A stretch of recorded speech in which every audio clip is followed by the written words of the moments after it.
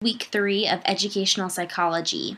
This is Summer Writer, and before we get started on this week's content, let's do a bell ringer to get those neurons firing and those synapses connecting. So, first things first, as a review from last week, pull up a Word document or get out a scratch piece of paper and write down everything you remember about Piaget's theory of cognitive development. Make sure you talk about the 4 stages and key concepts from each stage. Remember, do it from memory. Don't use your notes at first. So write down everything you can think of from memory. Think of it like a brain dump on your piece of paper or your Word document. And then when you get stuck, you can use your notes to fill in what you missed and supplement it. All right, now that you've written down everything you remember about Piaget and what he had to say, and you have checked your work against your notes from last week, we are ready to move on. We did this exercise today to keep you thinking about week 2's content and to review in preparation of the first quiz, which is coming up. So remember to keep reviewing periodically to prepare for the first quiz.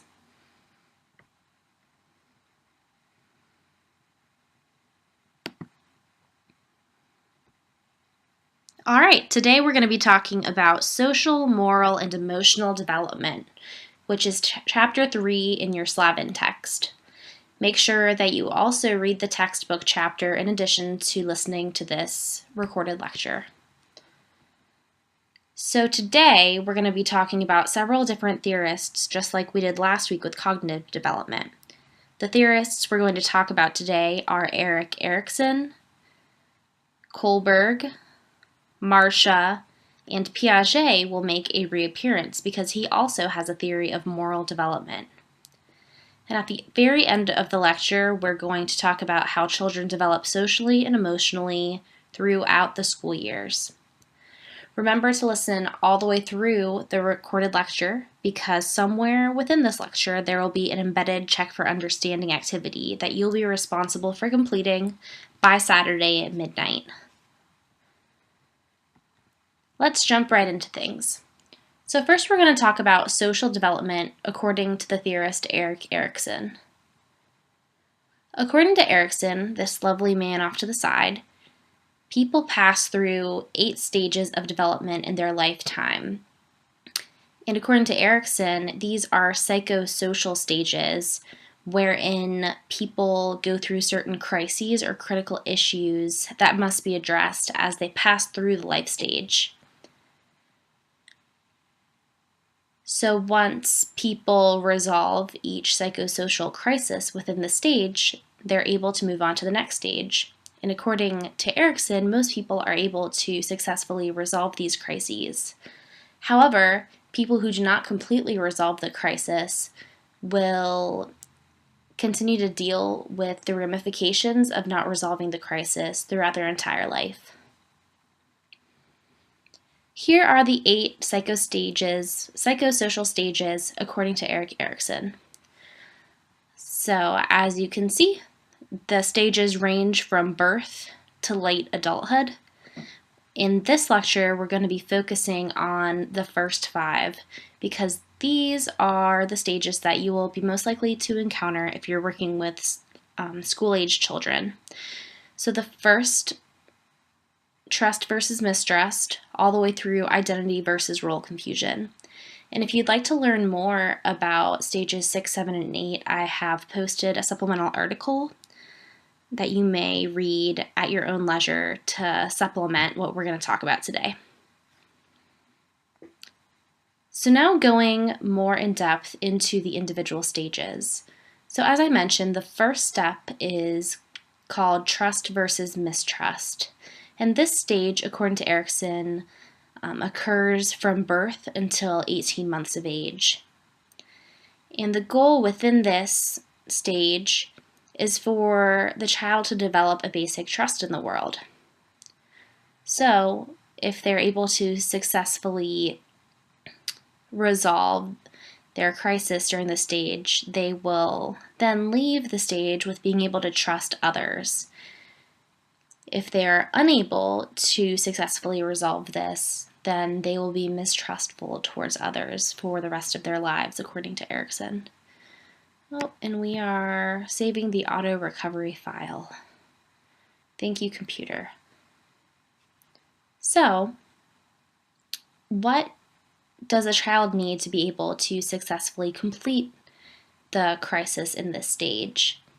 This stage is very dependent on a child's caregivers.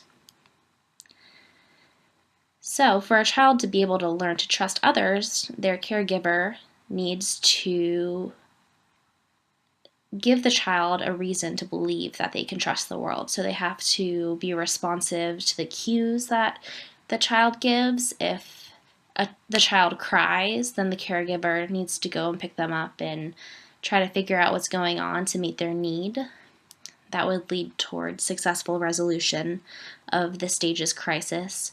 However, if a child cried and cried and cried and no one ever paid attention to, responded to, or tried to meet the child's need, but instead let them sit there and cry, then according to Erikson, that would lead to mistrust. And then there would be ramifications later on in life for that child. Additionally, consistency is key, so caregivers need to consistently respond to the child's cues and consistently meet their needs. So again, once a child resolves the stage's crisis, they go forward trusting the world, or otherwise may mistrust the world if their needs are not met. From 18 months to 3 years of age, children step into the autonomy versus doubt stage. So slowly, children in this age begin their quest for independence. Some kids will love their independence just temperamentally, whereas other kiddos will want to stay close by their family.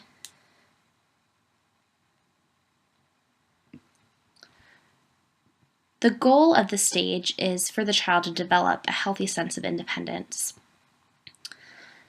And if you think of the parent as a secure base, then the child would be able to wander around for a bit, then check back in on their parent to see if they're still there as a secure base. Successful completion of the stage depends on the level of independence that they are allowed.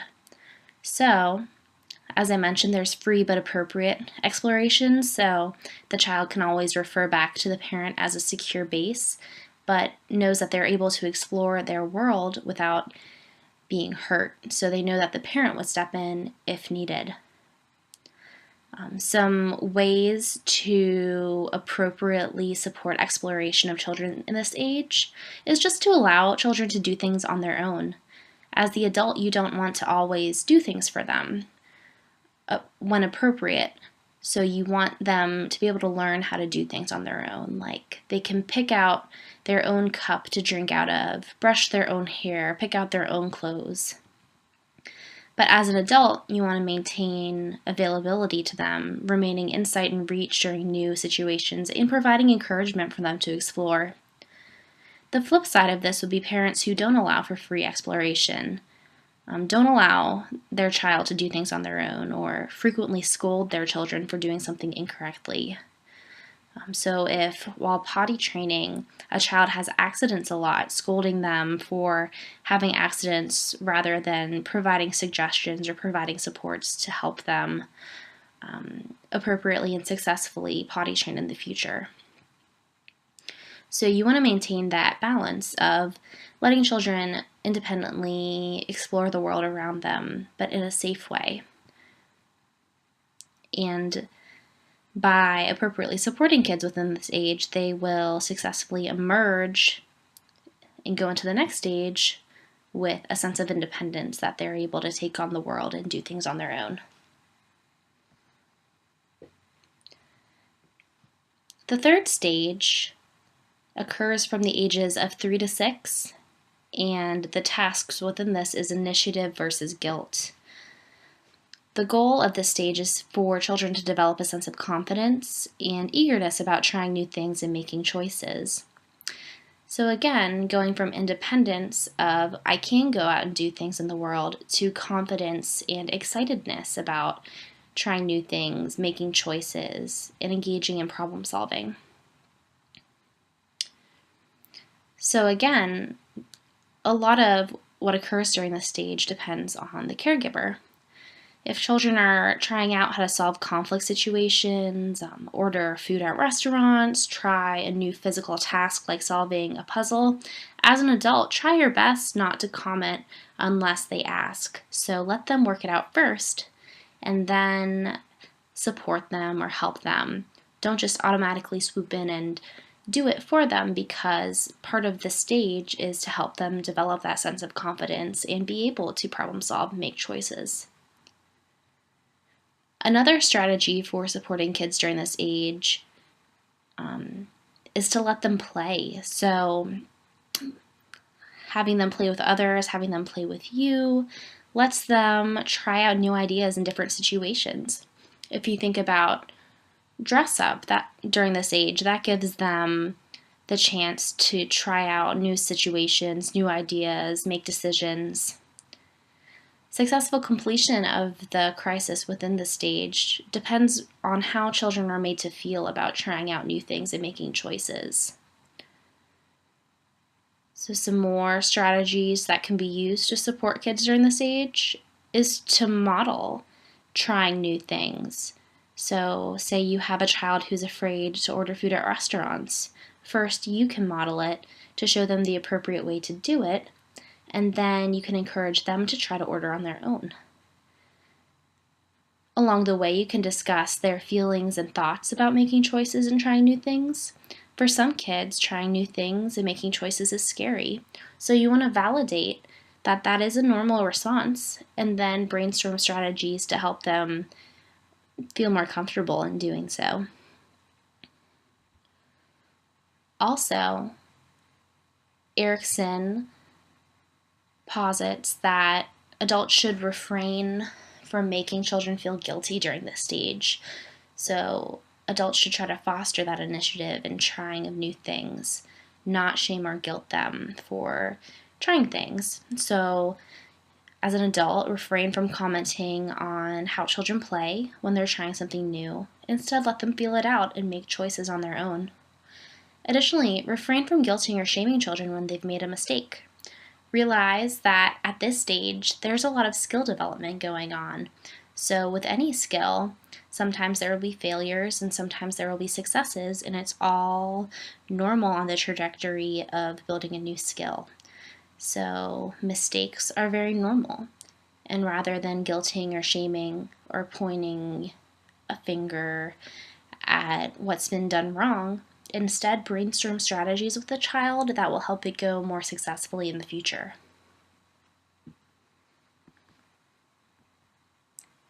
So once children have successfully completed that stage, they take with them that sense of confidence and ability to try new things and make choices, which leads into the industry versus inferiority stage, the fourth stage. So 6-year-olds through 12-year-olds really grapple with this stage according to Erikson. And the goal in this stage is for the child to develop a sense of competence with useful skills. So 6 to 12, that is when children are first going to school and learning all of these new skills, learning how to read, how to do math, how to write, social skills, new rules and routines. So while they are developing these skills, according to Erikson, the goal is for children to be competent or know that they're able to do it, develop some self-efficacy. So school provides a lot of opportunities for practice in this stage. And practice in the previous stage of gaining that confidence and being willing to try out new things allows children to have industry towards refining their current skills and learning new skills. Successful completion of the industry versus inferiority stage, again, depends on how the child feels and how they're made to feel about the work that they do and their relationships that they're building. As an adult, adequate and appropriate praise is important. So when children are learning a new skill, praise them and support them for trying to engage in that skill, and also give them constructive feedback. So constructive feedback can be academic, such as correcting grammar when speaking or correcting a paper that a child is writing, but in an adequate and appropriate way that stresses the positives over negatives. So you don't want to guilt or shame, but constructive feedback doesn't have to guilt or shame the child in order to provide that feedback for future improvement. And an interesting note from this stage is that when children feel as though they're failing academically or socially, they are significantly at risk of feeling inferior at the end of the stage moving forward. So really, we want kids to leave this stage feeling like they can do things, rather than feeling inferior to their, or less than, to their peers. The fifth stage, according to Erikson, is the identity versus role confusion stage. And if you think of adolescence, this is probably the most no-brainer stage that Erikson proposed. So think back to your own middle school and high school years and think of everyone who was struggling with the age-old question of who am I in the world and what do I want to do? So the goal throughout this stage is for the child to acquire a better sense of who they are. And this stretches for quite a period, according to Erikson, before it can potentially be resolved. And a key during this stage is experimentation. So allowing adolescents to make sense of these values and expectations that are put forth by their parents, which may be different from values and expectations put forth by society and school, and then figuring out where they fit in the middle of that to decide who they are and who they want to be. So successful completion of this stage depends on the level of independence that the child feels and if they feel like they have a strong sense of self. So parents who enforce strict boundaries with little room for experimentation may have children that struggle with forming an identity. And we're going to talk about a little bit later, Marcia, a theorist, proposed some different stages of identity development. And one of the things that Marcia picked up on that Erikson also agrees with is that by enforcing a limited, very strict boundary view of who kids can be, they will not have that room to experiment and grow, which can often lead to negative results. Additionally, societal expectations that don't match up with what the individual wants may leave room for confusion for the kiddo. So throughout this all, keep the conversation open and be willing to discuss with children. This is a confusing time, so allow them some independence and some wiggle room to try to figure out who they are.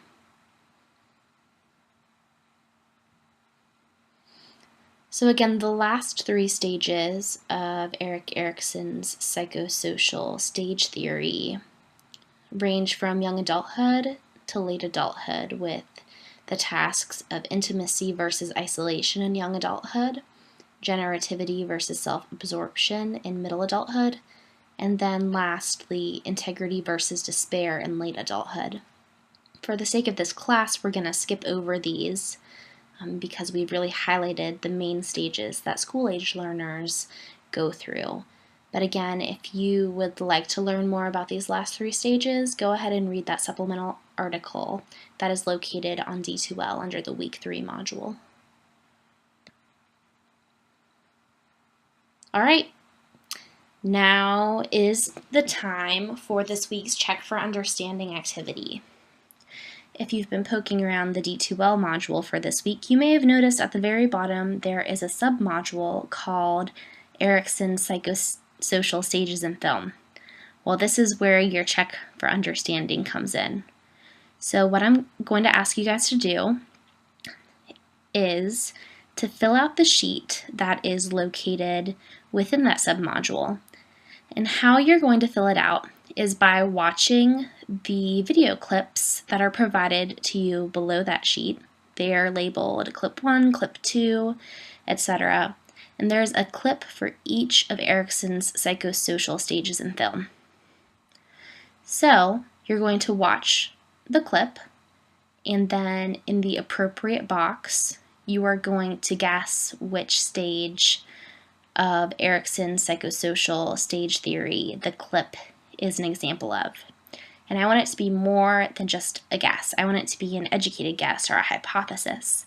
So what I'm going to ask you also to do is beside the box where you have written down what stage you think the clip is exemplifying, you're going to write down evidence that supports why it's that particular stage. So under the features column in that box, write down all of your evidence as to why it is Erickson's psychosocial stage.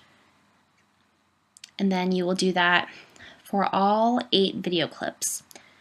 Today in class, we only talked about the first 5 stages, so those stages are the only ones that you'll be graded on. However, you are encouraged to watch all 8 clips, so watch the remaining 3 as well and try to fit them in to the stages. So one more time to clarify what exactly you're being asked to do for your Check for Understanding activity this week. You're going to download the sheet entitled Erickson's Psychosocial Stages in Film sheet. Once you have the sheet downloaded, you are going to watch through each clip in that submodule, so clips 1 through 8. For each clip, you're going to write down what psychosocial stage you hypothesize the clip represents, and then in the box next to it under the features column, you're going to write down evidence that supports why the clip is representative of the psychosocial stage that you have suggested. Complete this activity by Saturday at 11:59 p.m. Turn it into the appropriate Check for Understanding folder under the Assignments tab, and then you will gain your 10 points for this week.